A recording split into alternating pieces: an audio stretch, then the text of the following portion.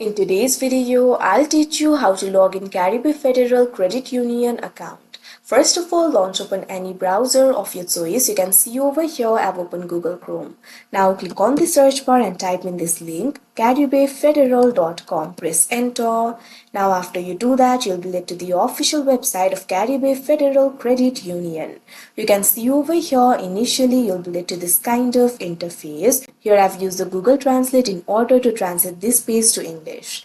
Now after you do that, what you have to do is click on this option, access your accounts that you can see on the screen. Now you'll be able to find three options over here. Simply click on this option, Caribbean Online.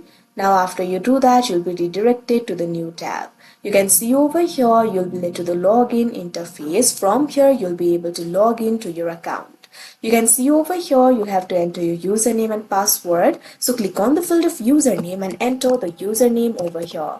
Likewise, click on the field of password and enter the password. If you have forgotten your username or password, you can click on this option, forgot username or password, and you'll be able to recover them.